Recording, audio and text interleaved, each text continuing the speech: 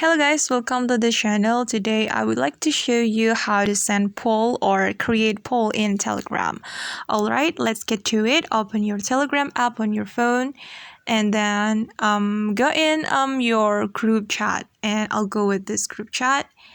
And then after you go to your group chat, click this attachment button and then choose poll right here. Okay, and then ask a question to your group. For example, I'm going to ask this question. All right, and put the answer option right here. Put the option. All right, and then after you add the answer option, you can click create. All right, click create.